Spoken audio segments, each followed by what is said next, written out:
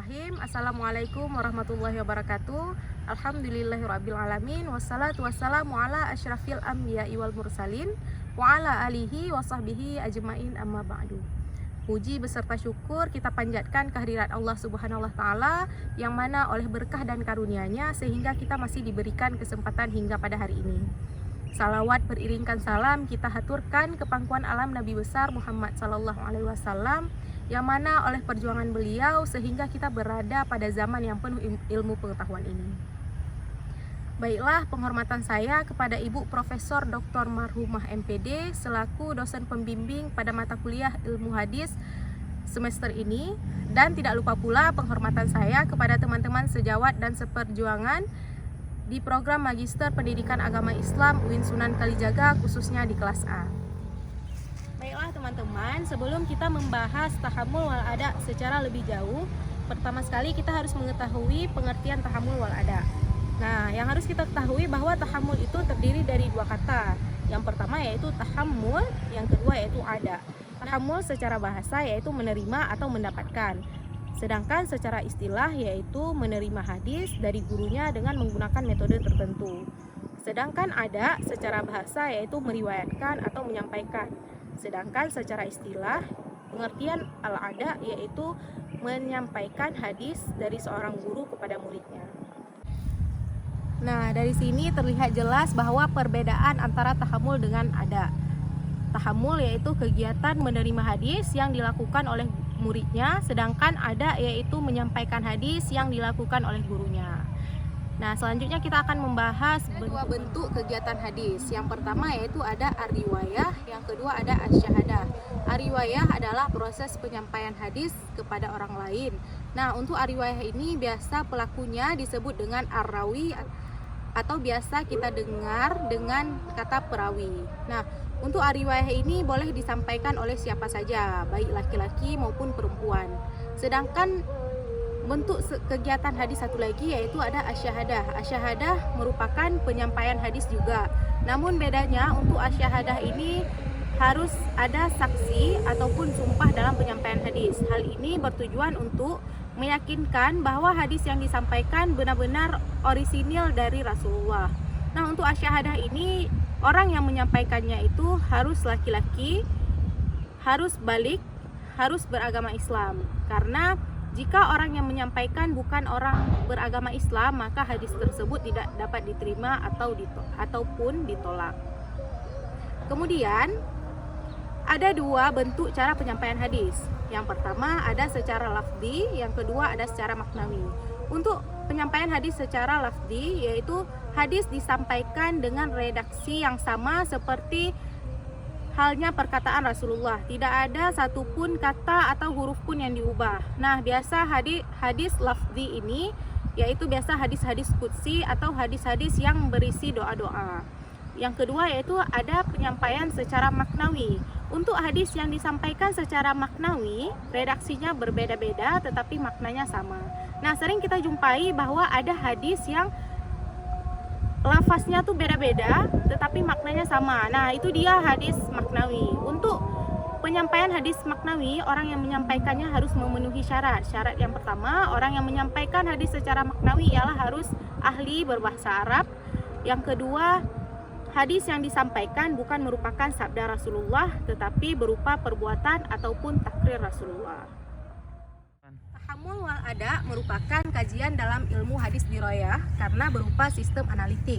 Walaupun tahammul wal ada bukan menjadi acuan dalam penentuan hadis makbul ataupun mauquf, tetapi tahammul wal ada ini mempengaruhi dalam penentuan tariqah tarjib, yaitu di mana ada dua hadis makbul yang saling bertentangan atau tanakud. Ya man sallaita bi kullil anbiya ya man fi qalbika rahmatun linnas.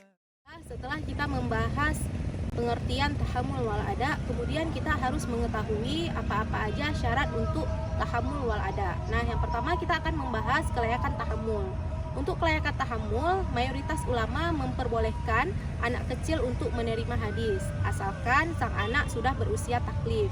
Sedangkan untuk kelayakan ada, yang pertama yaitu harus beragama Islam, yang kedua harus balik, yang ketiga adil, Yang keempat, dhabit ataupun cerdas. Untuk kelayakan tahammul lebih ringan syaratnya dibandingkan kelayakan al-ada, karena tahammul yaitu proses menerima hadis yang bisa dilakukan oleh siapa saja. Sedangkan untuk kelayakan al-ada yaitu orang yang meriwayatkan hadis memiliki syarat-syarat yang lebih rumit dibandingkan dengan orang yang melakukan proses tahammul. Hal tersebut karena seseorang yang meriwayatkan hadis atau menyampaikan hadis haruslah orang yang benar-benar terjamin dari segi kepintarannya maupun dari segi keagamaannya. حتى لوننا وشكلنا يعني أنا. Kemudian kita akan membahas metode-metode penyampaian hadis. Untuk proses tahammul wal ada ini memerlukan metode-metode tertentu. Ada 8 metode. Yang pertama yaitu asima, yaitu di mana seorang murid mendengar langsung dari gurunya, baik secara didiktekan ataupun tidak, baik secara dilafalkan ataupun tidak, dan boleh mendengar di balik hijab, asalkan sang murid benar-benar yakin bahwa suara tersebut merupakan suara gurunya. Metode asima ini merupakan metode tingkatan yang paling tinggi derajatnya, karena dianggap benar-benar melakukan proses periwayatan hadis.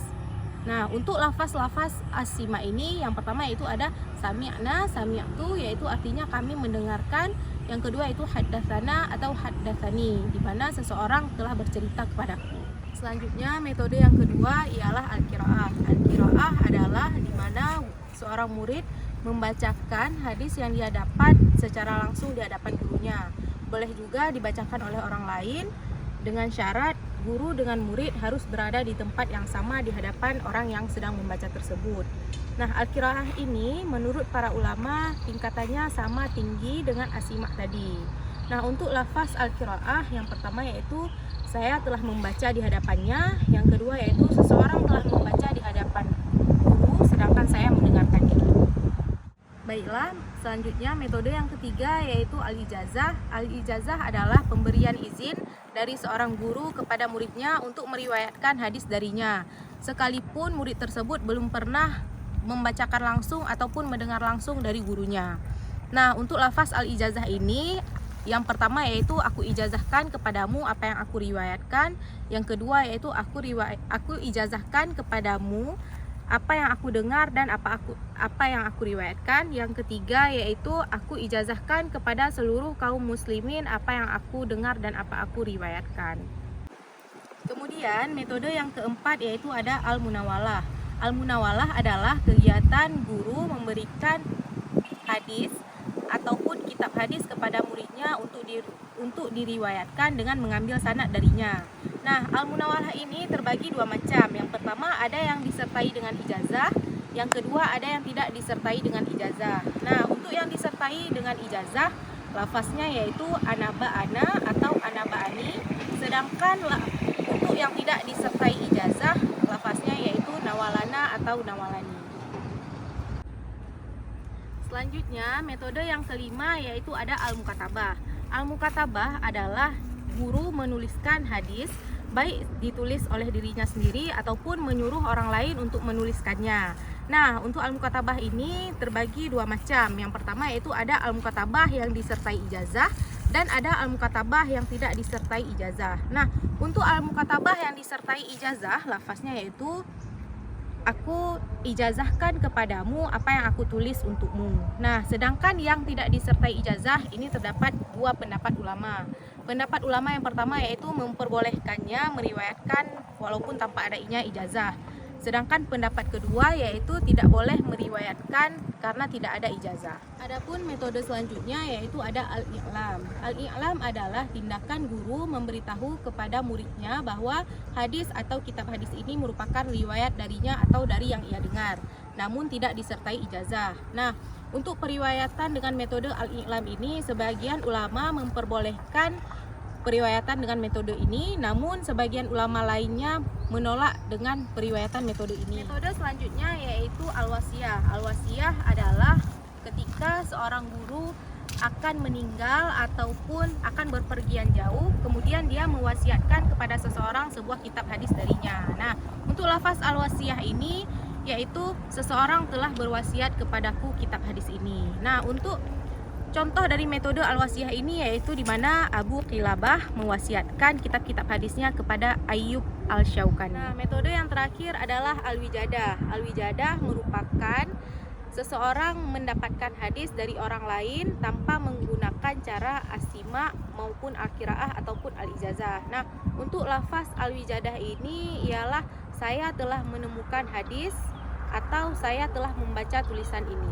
حين محل البلاء جئت إليك ذليلا أناجي من لي غيرك ربي يسمع مني شكواي من يستجيب الدعاء إلا الذي قد دعانا إليه من لي غيرك. Nah, tadi kita telah membahas 8 metode transmisi hadis atau 8 sigat tahammul wal ada. Nah, selanjutnya kita akan membahas tipe-tipe periwayatan hadis. Ada 2 tipe periwayatan hadis. Yang pertama yaitu rawi bertemu secara langsung dengan gurunya dan diketahui betul pertemuan tersebut. Nah, biasa lafaz-lafaz dalam tipe periwayatan ini yaitu ada sami'na, sami'tu, akhbarna, akhbarni, haddatsana, haddatsani, anaba'ana atau anaba'ani. Nah, kemudian tipe yang kedua yaitu rawi tidak bertemu langsung dengan gurunya. Nah, untuk lafaz-lafaz dalam tipe kedua ini yaitu an atau an. Every day I'll try to be as true as I can to you, 'cause loving you the best I can will always be my number one and only plan. Yes, every day I'll try to be as true as I can to you, 'cause loving. Terima kasih kepada teman-teman yang telah bersedia meluangkan waktunya untuk menonton video ini dari pertama hingga akhir. Nah, terima kasih juga kesempatannya kepada Ibu Profesor Dr. Marhumah untuk kesempatan yang berharga ini. Dan saya memohon maaf apabila dalam penyampaian materi tadi terdapat kekeliruan ataupun terdapat kesalahan dalam penyebutan maupun dalam pengertian. Nah, jika ada kritik ataupun pendapat teman-teman, boleh teman-teman cantumkan di kolom komentar. Terima kasih banyak. Saya akhiri. Wabillahi taufik wal hidayah. Wassalamualaikum warahmatullahi wabarakatuh.